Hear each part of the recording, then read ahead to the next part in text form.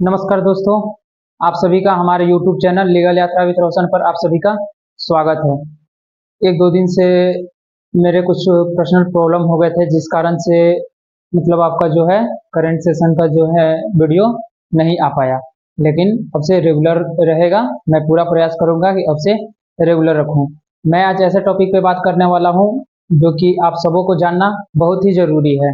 जो टॉपिक है, जो नए लॉ आए हैं, उन लॉ के बारे में आज हम जानेंगे कि ये लॉ क्यों आए हैं और कैसे आए, और प्लस में इनमें क्या क्या बड़े बदलाव किए गए और इनसे क्या चुनौतियां देखने को मिलेंगी, और जो हमारे पुलिस प्रशासन है वकालत में, इन सब में क्या इसकी चुनौतियां और प्लस में क्या इसके जो है विकास है, क्या लाभ है, क्या हानि है, वो सब देखने को मिलेगा। और साथ ही साथ ये भी बताऊंगा कि जो नया कानून लागू हुआ उस पे सबसे पहला एफआईआर कहाँ हुआ और किस मामले में हुआ, आपको ये भी बताया जाएगा।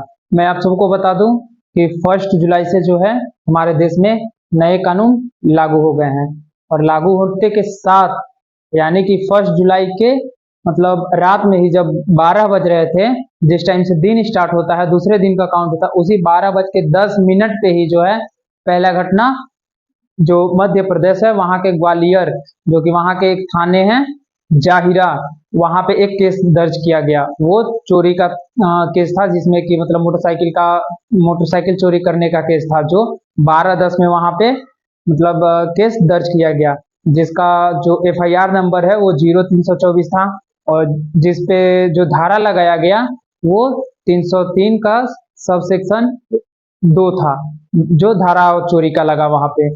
और मैं आप लोगों को बता दूं कि जो नए कानून लागू हुए हैं, जैसे बीएनएस के जो आईपीसी था उसके जगह पे बीएनएस, और जो सीआरपीसी था उसके जगह पे बीएनएसएस, और जो हमारे पहले से इंडियन एविडेंस एक्ट थे उसके जगह पे आपका आ गया भारतीय साक्ष्य अधिनियम। तो ये तीन जो है पहले वाले लॉ को जो है एक तरह से उनका तबादला कर दिए हैं, उनको वहां से विस्थापित कर दिए हैं। अब मैं आप लोगों को बताऊं कि ये जो तीनों लॉ हैं, इनके लागू होते ही, ये जो तीनों लॉ हैं इनके लागू होते ही एक इंटरेस्टिंग चीज देखने को क्या मिला कि जो पुलिस ऑफिसर हैं, क्लर्क हैं, या फिर जो ऑफिसर अधिकारी हैं जो कि कानून से संबंधित हैं, उन लोगों को देखा गया कि प्रिंट आउट निकलवा करके जो है थाने में एक विद्यार्थी की तरह पढ़ रहे मिले, बैठ करके पढ़ते हुए देखे गए हैं। कि जैसे विद्यार्थी जब एग्जाम की तैयारी करते हैं, जस्ट उसी तरह जो है थाने में देखने को मिला कि सब जो है अपने अपने प्रिंट आउट निकलवा करके पढ़ने में व्यस्त हैं, पढ़ने में लगे हुए हैं। आप इसमें ये कह सकते हो कि कहा गया है कि अपना भी टाइम आएगा तो यहाँ हर किसी का टाइम आ गया। जैसे विद्यार्थी सोचा जाता है कि जॉब लेने के बाद आदमी पढ़ेगा नहीं, लेकिन यहाँ पे ऐसा हुआ कि विद्यार्थियों की तरफ उन्हें भी पढ़ना पड़ रहा है। ये बस इसलिए है कि ताकि जो भी नए मामले आए वो जो है उनमें नए कानून के तहत ही मामला दर्ज किया जाए, तथा उसका जो भी प्रोसेस हो वो नए मामले के नए कानून के तहत उसका प्रोसेस सारा चीज हो। तो इसलिए जो है पुलिस अधिकारी, क्लर्क अधिकारी, सबको पढ़ना पड़ रहा है, और ये जरूरी है, क्योंकि जो भी पहले का कानून था आईपीसी, सीआरपीसी और जो इंडियन एविडेंस एक्ट था, ये तीनों पहले का जो भी कानून था वो मान्य नहीं होगा, यानी कि वो अमान्य होगा। अब आपके मन में चलोगा कि सर जब ऐसा बात है तो फिर जो पुराने मामले दर्ज हो चुके हैं पुराने धाराओं के अनुसार, उनका क्या होगा। तो मैं आप सबको बता दूं कि जो भी पुराने जो मामले हैं, वो जो पुराने धाराओं के अनुसार जो मामला दर्ज किए गए हैं, वो उन्हीं के तहत ही उन्हीं धाराओं के बेस पे ही जो है उनका मामला का जांच होगा और सुनवाई होगा उन्हीं धाराओं के बेस पे। और मैं आप सबको बता दूं कि जो नया कानून आया 1 जुलाई से जो लागू हो गया, उसके बारे में कि क्या क्या बदला, कैसे हुआ, क्या क्या चीज बदला, ये भी जो है बताना एक सेशन में असंभव है। कि पॉसिबल नहीं है कि एक सेशन में सारा चीज कंप्लीट कर दिया जाए, लेकिन फिर भी मैं पूरा कोशिश करूंगा कि जो भी मोटा मोटी ओवरव्यू एक जानने का जो जरूरी चीज है, आवश्यक है, वो मैं आप लोगों को बता पाऊँ, वो सारी चीजें मैं आप लोग को बताऊंगा। हाँ, ये हो सकता है कि वीडियो जो है कुछ आज का वीडियो लंबा हो जाए, तो इसलिए थोड़ा स्थिरता के साथ वीडियो को देखें, और मैं पूरी कोशिश करूंगा कि जो भी चीज बदला गया है मोटा मोटी, उन सभी चीज में जो भी महत्वपूर्ण है वो सब आपके साथ शेयर कर सकूं। आपको यहाँ पे कुछ तस्वीरें दिखाई दे रही होगी जिनमें कि एक पुलिस ऑफिसर के द्वारा जो है ये अवेयर फैलाया जा रहा है कि बाल सुरक्षा से संबंधित क्या प्रावधान है, महिला से सुरक्षित क्या प्रावधान है। यानी कि आप कह सकते हैं कि पुलिस ऑफिसर के द्वारा भी जो है अवेयर किया जा रहा है, लोगों को जागरूक किया जा रहा है। लेकिन आपके मन में एक सवाल जरूर उठ रही होगी कि भाई हमने ऐसा किया क्यों, आखिर करना क्या जरूरी था, हमने क्यों ऐसा कर दिया। तो मैं आपको बता दूं कि 76वें इंडिपेंडेंस डे यानी कि स्वतंत्रता दिवस के अवसर पे प्रधानमंत्री जी के द्वारा लाल किले से बोला गया था कि जो भी कॉलोनियल माइंडसेट के साक्ष्य हैं उसे हम हटा देंगे। तो उसी माइंडसेट को हटाने के क्रम में जो है ये कानून बदला गया, क्योंकि प्रधानमंत्री का मानना है कि हम इतने तो सक्षम हैं कि अपने लिए मतलब कानून बना सकते हैं। तो इसीलिए जो है अपना ये नया कानून बनाया गया है इसी चीज को देखते हुए, जो कि पहले जो था, जो आईपीसी वगैरह था, वो लॉर्ड मैकाले के द्वारा बनाया गया था। तो हमारे प्रधानमंत्री जी का बस एक यही है कि हम क्यों नहीं बना सकते, हम तो इतना सक्षम हैं तो हम अपने लिए कानून नहीं बना सकते, इसलिए ऐसा किया गया। और मैं आपको बता दूं जो आईपीसी है, सीआरपीसी है और जो इंडियन एविडेंस एक्ट होता है, ये था क्या, ये होता क्या है, बहुत लोगों को नहीं पता होगा, तो उन लोगों को मैं बता देता हूँ। एक्चुअली आईपीसी आईपीसी ये होता है कि जैसे मान लीजिए कोई अपराध हुआ, लेकिन वो अपराध को जो है कानून के द्वारा एक अपराध माना गया, ठीक है, तो अपराध मानेगा तो उसके लिए उसे क्या सजा दी जाएगी, ये जो है एक उपबंध किया गया है। और वही जो क्या सजा दी जाएगी, किस जैसे कौन सा वो जुर्म किया उसके बदले क्या सजा दी जाएगी, उसी को जो है एक उपबंध के तौर पे आईपीसी में किया गया है। आईपीसी में है कि मतलब इतने धारा में ये मतलब अपराध हुआ है तो इसके बदले ये सजा दी जाएगी, ये आपका आईपीसी में होता है, ये आपका आईपीसी हो गया, जो कि अभी जो है बीएनएस यानी कि भारतीय न्याय संहिता में जो है बदल दिया गया है। अब आते हैं सीआरपीसी पे। सीआरपीसी एक्चुअली ये होता है कि हमें तो मतलब अपराध का पता चल गया, धारा का पता चल गया, ठीक है, लेकिन अब मान लीजिए जिसे नुकसान हुआ है और जो नुकसान किया है, यानी कि जो अपराधी है और जिसे नुकसान हुआ है, वो दोनों के साथ जो पुलिस अधिकारी है उसका ट्रीटमेंट क्या होगा, उसका वार्ता क्या होगा, प्लस में उन्हें कोर्ट तक ले जाने की प्रक्रिया कैसे होगी, ये जो है सीआरपीसी में दिया गया है, जो कि अभी जो है भारतीय नागरिक सुरक्षा संहिता के रूप में आ गया है, मतलब कि सीआरपी से ये बदल गया है, सीआरपीसी से। तो अब आते हैं इंडियन एविडेंस एक्ट पे, क्योंकि आप ये देखे होंगे कि कानून जो है बिना सबूत का कोई भी बात नहीं मानती है, यानी कि कानून को हर चीज के लिए सबूत चाहिए होता है, तो इसलिए वो सबूत के तौर पे कोई भी चीज जो सबूत इकट्ठा करने का जो भी प्रक्रिया होती है उसे इंडियन एविडेंस एक्ट के तहत रखा जाता है, जो कि अभी भारतीय साक्ष्य बिल के नाम से जाना जाएगा। अब आते हैं कि इन तीनों में क्या क्या बदले हैं, इन पे जो है एक मतलब संक्षिप्त दृष्टिकोण रख लेते हैं, संक्षिप्त वर्णन कर लेते हैं कि इन तीनों में जो है क्या क्या बदलाव किए गए हैं। तो सबसे पहला है बीएनएस में, जिसमें कि पहले जो था 511 धाराएं थी, लेकिन उसी को अब 358 धाराएं की गई है, यानी कि पहले 511 थी, अब उसका धारा जो है 358 हो गई, तथा इसमें 20 नए अपराध को जोड़े गए हैं और 33 के लिए जो है कारावास की सजा बढ़ाई गई है। 83 अपराधों में जो है जुर्माने की राशि को बढ़ाई गई है और 23 ऐसे अपराध हैं जिनमें की जो है सजा को ही जो है एक तरह से मतलब मान्य कर दिया गया है कि इसमें जो है सजा ही होगा, यानी कि सजा के बारे में ही निर्णय कर दिया गया है कि इस क्राइम के बदले मतलब ये सजा ही होगा, इसमें जो है जुर्माने की कोई भी बात नहीं होगी। और 6 धाराओं में जो है सामुदायिक सेवा का दंड जो है लागू किया गया है और 19 ऐसे धाराएं थी जिन्हें निरस्त यानी कि मतलब निरस्त या हटाया गया है। ये तो हुआ बीएनएस के बारे में, यानी कि भारतीय न्याय संहिता के बारे में। लेकिन अब आते हैं बीएनएसएस यानी कि भारतीय नागरिक सुरक्षा संहिता पे आते हैं। तो इसमें जो है पहले जो है सीआरपीसी में 484 धाराएं थी, लेकिन अब बीएनएसएस में जो है 531 धाराएं की गई हैं, जिसमें से जो है कि 177 में महत्वपूर्ण बदलाव किए गए हैं, 177 जो है पूरे बदलाव किए गए हैं, 9 धाराएं और 39 उप धाराएं को जोड़ा गया है हमारे बीएनएसएस में, और 44 नए प्रावधान और स्पष्टीकरण जोड़े गए हैं। जो 44 हैं वो नए प्रावधान और स्पष्टीकरण को जोड़ा गया है, जो कि जिनकी संख्या 44 है।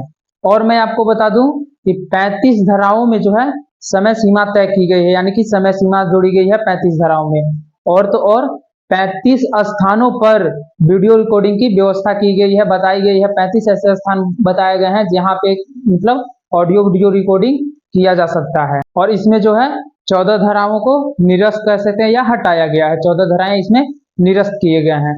अब आते हैं इंडियन एविडेंस एक्ट, यानी कि भारतीय साक्ष्य बिल। इसमें जो है 170 जो है धाराएं, मतलब 170 प्रावधान किए गए। जो पहले जो था उसमें 167 ही थे, यानी कि 167 ही पहले थे। और अब तो आपको समझ में आ गया होगा कि मतलब कितने बड़े बदलाव किए गए हैं। लेकिन इनमें आपको सबसे मुख्य बात ये मैं बता दूं कि 45 दिनों के अंदर, यानी कि जो भी मतलब सजा का प्रावधान है निर्णय देने का, वो 45 दिन के अंदर हो जाना चाहिए। और जो 60 दिन के अंदर है वो आरोप का निश्चय हो जाना चाहिए कि ये आरोप मतलब सिद्ध हो जाना चाहिए 60 दिन के अंदर। ये चीज आपको सबसे महत्वपूर्ण जो है याद रखनी होगी। अब मैं आपको बारी बारी से इनमें जो है मतलब कंपलसरी करके जो मोटा मोटी जो आपको जानना जरूरी है वो मैं आपको बदलाव अब बारी बारी से अब मैं आपको बताता हूँ कि इस प्रावधान में जो नए कानून है इसके अंतर्गत जो है बलात्कार पीड़ितों का बयान जो है पुलिस अधिकारी और उनके अभिभावक या उनके रिश्तेदारों के मौजूदगी में की जाएगी। और ऐसे मामलों में जो है मेडिकल रिपोर्ट जो है 7 दिन के अंदर आनी चाहिए, यानी कि ये कंपलसरी है कि 7 दिन के अंदर जो है मेडिकल रिपोर्ट आ जानी चाहिए। ऑर्गेनाइज क्राइम और आतंकवाद को परिभाषित किया है। और जो राजद्रोह है उसे जो है देशद्रोह के रूप में परिभाषित किया गया, यानी कि जो पहले राजद्रोह था उसे अब देशद्रोह माना जाएगा। और मैं आपको बता दूं कि कहीं भी जैसे जांच या जैसे कहीं भी जब जब्ती होती है उस सिचुएशन में जो है वीडियो रिकॉर्डिंग कंपलसरी कर दिया है। उस सिचुएशन में जो है पुलिस अधिकारी को मतलब वीडियो रिकॉर्डिंग करना अनिवार्य होगा। क्योंकि पहले अक्सर देखा जाता था कि मतलब कहीं भी चले जाते थे, घर वाले हैं नहीं है, उस सिचुएशन में जो है पुलिस अपने मन से भी रिपोर्ट तैयार कर देते थे। लेकिन अब जो है वीडियो रिकॉर्डिंग करना बहुत ही जरूरी हो गया है। और सबसे खास बात देखा जाता है कि कभी कभी ऐसा होता है कि मतलब कोई गवाह जो है होने के लिए तैयार नहीं होते हैं, किसी क्राइम होने के बाद कोई गवाह बनने के लिए तैयार नहीं होगा यदि मतलब अपराध करने वाला थोड़ा पावरफुल व्यक्ति हो तो। और बहुत बार ऐसा देखा जाता है कि कभी कभी अकेले ही आदमी होता है तो उसके साथ अपराध हो जाता है। तो इस सिचुएशन में जो है आपके पास गवाह नहीं भी होंगे तो भी आप केस लड़ सकते हैं इस नए कानून के तहत। आपको मतलब जो है गवाह नहीं है तो इसके लिए ये नहीं कहा जाएगा कि नहीं आप गवाह लाना ही है, ऐसा कुछ नहीं है। आपको जो है अपना केस लड़ने का पूरा अधिकार है। ये इस नए कानून के तहत आपको अधिकार दिया गया है कि आपके पास यदि गवाह नहीं है तो भी आप केस लड़ सकते हैं। और बहुत बार ऐसा देखा जाता है कि अपराध करके लोग गायब हो जाते हैं, कोर्ट में हाजिर ही नहीं होते हैं। तो मतलब पहले था कि केस वगैरह जो उतना नहीं देखा जाता था, लेकिन अब क्या किया गया है कि यदि कोई व्यक्ति अपराध करके फरार है तो भी कोर्ट में ट्रायल चलती रहेगी। और ट्रायल चलने के बावजूद जो है उसे सजा जो है सुनाने का परमिशन दे दिया गया है। यानी कि अब आप ये नहीं कह सकते हैं कि हम बाहर हैं तो मतलब अब हमको सजा नहीं होगा, तो ऐसा नहीं है। अब बाहर होने पर भी जो है आपको सजा सुनाई जा सकती है, आपको सजा होगी। और पहले देखा जा सकता कि मतलब जैसे किसी व्यक्ति को गिरफ्तार किया जाता था तो 24 घंटे के मतलब अंदर जो है मजिस्ट्रेट के पास पेश किया जाता था, जो कि मतलब ट्रेवल टाइम जो होता था उसको घटा दिया जाता था कि ट्रेवल टाइम उसमें नहीं लिया जाएगा, 24 घंटे में काउंट नहीं होता था।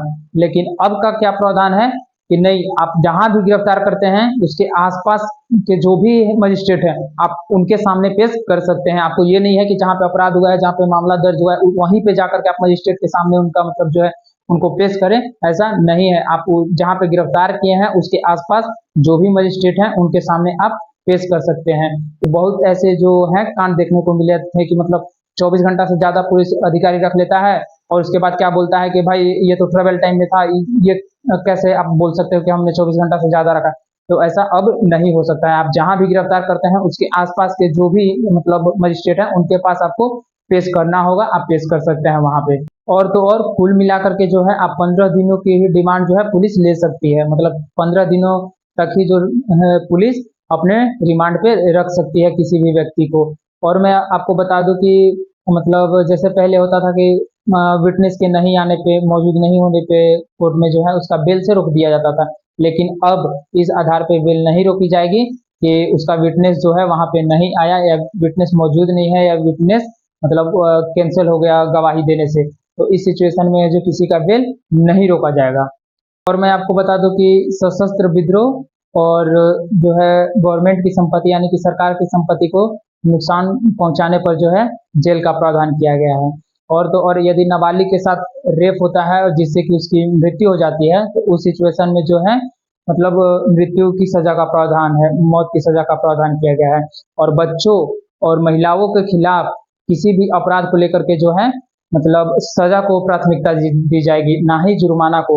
यानी कि जुर्माने जिस मतलब अपराध के बदले जो सजा होगी उसमें यदि जुर्माने और सजा दोनों हैं, उसमें जो है प्राथमिकता सजा को दी जाएगी, ना कि जुर्माना को। यानी कि बच्चे और महिलाओं ये दो को खिलाफ में जो है सजा को प्राथमिकता दी जाएगी। और वहीं जो है 2027 तक सभी थाने को जो है कंप्यूटराइज कर दिया जाएगा, ताकि जो है ये जो आपको मैं सारी प्रक्रिया बताया, ये सारे अपराध के बारे में निवारण बताया, ये सब जो है मतलब जल्दबाजी में किया जाए, जल्दी किया जाए, ताकि सब जो प्रक्रिया हो जल्दी किया जाए, लेट ना हो। यानी कि आप कह सकते हो कि बच्ची से रेप करने के बाद जो है डायरेक्ट जो है फांसी की सजा का प्रावधान है। और पहले जहां रेप की जो धारा थी 375 और 376 जो था, वो अब 63 और 69 में कर दिया गया है। यानी कि जो बीएनएस है उसके धारा 63 और 69 में इसका जो है कर दिया गया है। और वहीं जो पहले जो था, जो मर्डर की धारा थी वो 302 थी, जिसे अब जो है बीएनएस में जो है 101 कर दिया गया है। यानी कि 302 को 101 कर दिया गया है। और तो और मैं आपको बता दूं कि 18 वर्ष से कम उम्र के बच्ची से रेप में जो है मतलब आजीवन कारावास या मतलब फांसी की सजा का प्रावधान है। और मैं आपको बता दूं कि यदि गैंग रेप किसी के साथ किया जाता है तो उस सिचुएशन में जो है मतलब जो भी गैंग रेप के दोषी पाए जाएंगे उन्हें 20 साल तक की जेल या फिर जब तक जिंदा हैं तब तक के लिए उन्हें जेल का प्रावधान किया गया है। और मैं आपको बता दूं कि इतना ही नहीं, यदि किसी महिला के साथ मतलब झूठे वादे, केवल झूठे वादे करके उनके साथ मतलब शारीरिक संबंध बनाया गया है, तो उस सिचुएशन में भी जो है इसे क्राइम माना जाएगा। और इसे जो है एक महिला के प्रति हुए अपराध के खिलाफ जो है अनिवार्य रूप से देखा जाएगा। ये क्राइम जो है एक मतलब मजबूत तरीके से देखा जाएगा, एक अनिवार्य रूप से देखा जाएगा। ये बात आप लोग को ध्यान में बैठा लेना चाहिए। और तो और मैं आप सबको बता दूं कि यदि किसी ऐसे अपराध की सजा मतलब जिसकी सजा किसी ऐसे अपराध जिसकी सजा 7 साल या 7 साल से ज्यादा की हो, तो उस सिचुएशन में जो है एविडेंस इकट्ठे करने का काम फोरेंसिक टीम करेगी। जो फोरेंसिक टीम होगी वही जो है सबूत इकट्ठा करेगी। लेकिन जब 7 साल या 7 साल से ज्यादा का सजा का जब बात आएगा तो इसमें फोरेंसिक टीम जो लगेगी अपना अनुसार जो है सबूत इकट्ठा करेगी। और मैं आपको बता दूं कि कोर्ट को 30 दिन के अंदर फैसला सुनाने का जो है मतलब अनिवार्य कर दिया गया है कि आपको 30 दिन के अंदर जो है फैसला सुना देना है। और यदि कहीं भी मतलब अपराध हुआ हो तो इसका ये मतलब नहीं कि अपराध दूसरे जगह हुआ है तो उसका एफआईआर जो है दूसरे जगह हम नहीं कर सकते हैं, ऐसा नहीं होगा। यदि कहीं भी अपराध हुआ हो उसका एफआईआर कहीं भी करी जा सकती है, जो कि मैं आपको पहले मतलब एक शॉर्ट वीडियो जो मेरा आता है उस पर मैं बता चुका है, जो जीरो एफआईआर कहलाता है। ठीक है, तो उसका भी प्रावधान नए कानून में दे दिया गया है। और पुलिस को ये भी बोला गया है कि मतलब आपको 90 दिनों तक चार्जशीट आपको फाइल कर देनी है। चार्जशीट 90 दिन से आप ज्यादा टाइम नहीं ले सकते। और साथ साथ 180 दिन तक ही आप जो है किसी भी मामले पर जांच कर सकते हैं। और 180 दिन के बाद जो है आप किसी मामले पर जांच नहीं कर सकते। 180 दिन तक आपको जांच करनी है, उसके आगे आपको नहीं करनी है। यानी कि मतलब ये जो है मतलब मेरे लेवल से देखा जाए तो बहुत ही अच्छा है, क्योंकि पुलिस जो है मतलब इसमें पुलिस वालों का बहुत जो है अत्याचारी देखा जाता था कि किसी भी लोग को बार बार जा करके गिरफ्तार कर लेना, किसी को बार बार जा करके परेशान करना, जो अक्सर देखा जाता था। लेकिन उन्हें एक टाइम लिमिट के अनुसार उन्हें बांध दिया गया है कि आपको जो है 90 दिन के अंदर जो है आपको चार्जशीट फाइल कर देनी है और 180 दिन के अंदर तक जो है आपको पूरा जांच कर लेना है। उसके बाद से आपको जांच करने का अधिकार नहीं दिया जाएगा। ऐसा मतलब एक तरह से ये नए कानून में प्रावधान कर दिया गया है। और क्या है कि जैसे बच्चों का जो किडनैपिंग होता है उसमें भी जो है 7 साल तक की सजा का प्रावधान किया गया है। और जो मतलब पहले जो आईपीसी था जिसे अब बीएनएस मतलब एक तरह से विस्थापित कर दिया है, इसमें जैसे धोखाधड़ी, रेप और मतलब बहुत सारे ऐसे मामले हैं, ऐसे मतलब अपराध हैं जिनके जो है धारा चेंज कर दिए गए हैं। बहुत सारे ऐसे धारा हैं। तो मैं आप लोगों को बताऊंगा कि इसमें मतलब एक महत्वपूर्ण टॉपिक आपके आपके कहने पे मैं जरूर लेके आऊंगा। यदि आप लोग को इसमें हो कि भाई इस पे इस टॉपिक पे मेरे को चाहिए, तो मैं उस पार्टिकुलर टॉपिक को उठा करके मैं आप लोग को लाऊंगा। इतने जानने के बाद तो आपके मन में एक चीज खटक रहा होगा कि सर इतने मैनेज पुलिस कैसे कर लेगी, इतना जल्दी इन सब सारी धाराओं को याद करना, प्लस में इन सभी को कानूनों को समझना और इन्हें इम्प्लीमेंट करना, मतलब ये पुलिस के बस की बात तो बहुत मुश्किल हो जाएगी। तो ये पुलिस कैसे मैनेज कर लेगी, ये कैसे मैनेज कर पा रही है?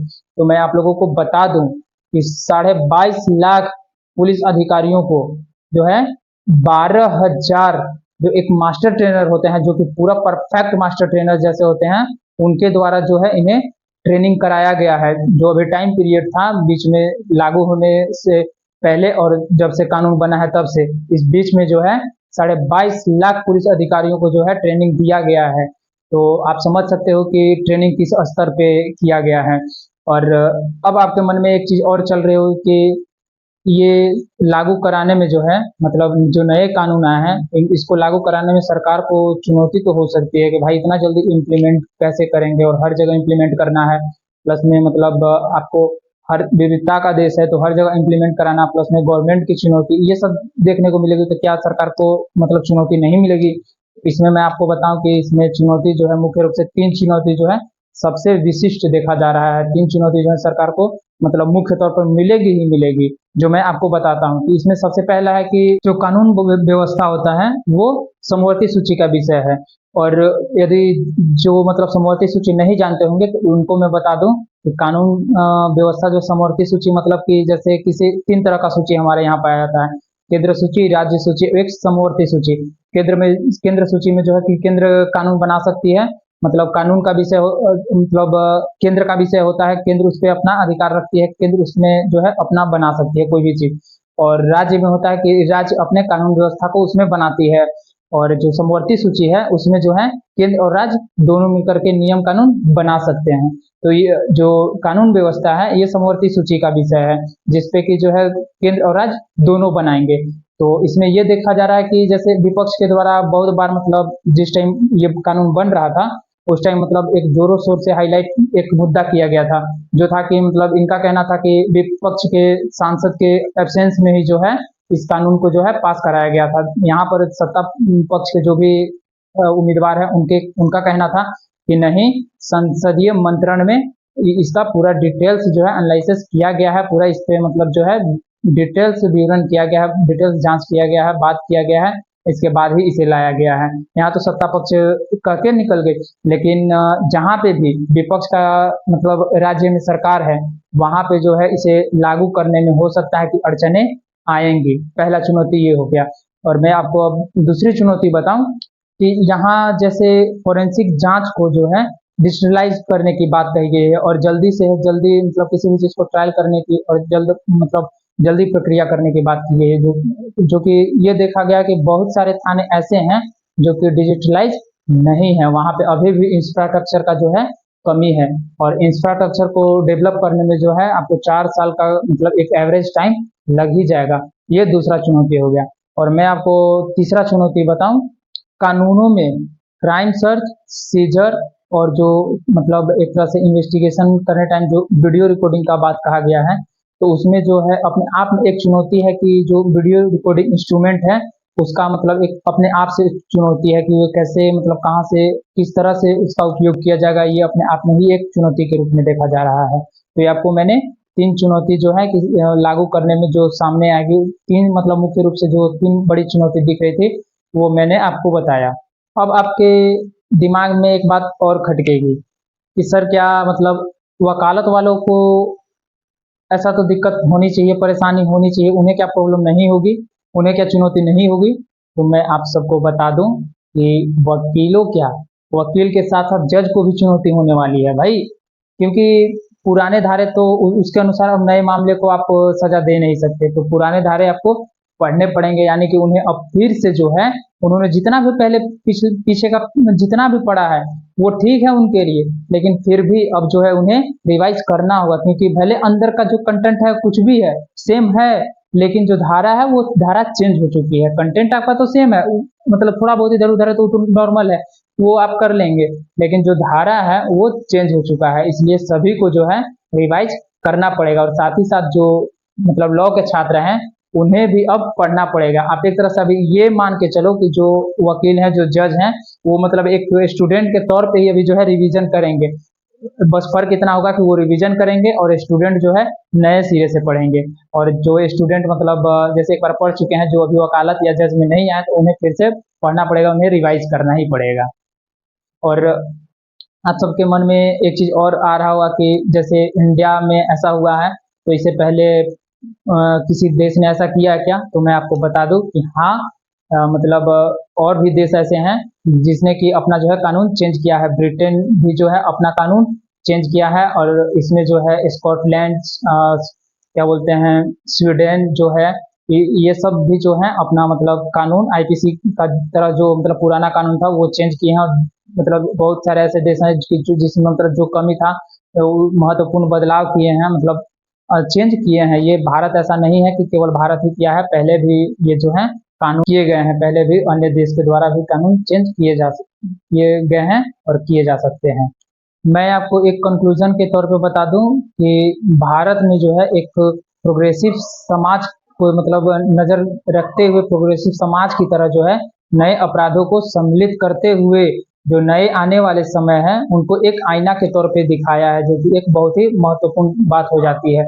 ये बहुत जरूरी तरह से आप देख सकते हैं, जो नए अपराध उसमें जो शामिल किए गए, नए नए जैसे जैसे अपराध बढ़े वो जरूरी थे और वे सही किए गए हैं। इसमें आप लोगों की क्या प्रतिक्रिया है और कौन से कानून सही हैं, कौन से कानून आपके नज़र में गलत हैं, ये आप प्रतिक्रिया जरूर दें। और ये भी बताएं कि मतलब कहाँ पे जो है कानून को सुधार करना चाहिए, ये भी आप अपना जो है प्रतिक्रिया जरूर देंगे। ऐसा आपसे विश्व मेरा उम्मीद है कि आप और मैं आपको बता दूं, यदि आप यहाँ तक पहुँच गए हैं तो हमारे सेशन को लाइक कर दीजिए। और हाँ, यदि आपको इस पूरे सेशन में जो भी टॉपिक समझ में नहीं आया है, या फिर जिस भी टॉपिक पे आप स्पेशल वीडियो चाहते हैं, उस टॉपिक को लेकर के आप कमेंट कर सकते हैं। उस टॉपिक पे मेरा पूरा प्रयास रहेगा कि उस स्पेशल टॉपिक पे मेरा एक वीडियो आए। आप सबों से रिक्वेस्ट है कि हमारे चैनल पे नए हैं तो हमारे चैनल को सब्सक्राइब कर दीजिए, ताकि हमारा भी मनोबल बढ़ा रहे और आप लोगों के साथ हमेशा हम ऐसे ही जुड़े रहें। धन्यवाद।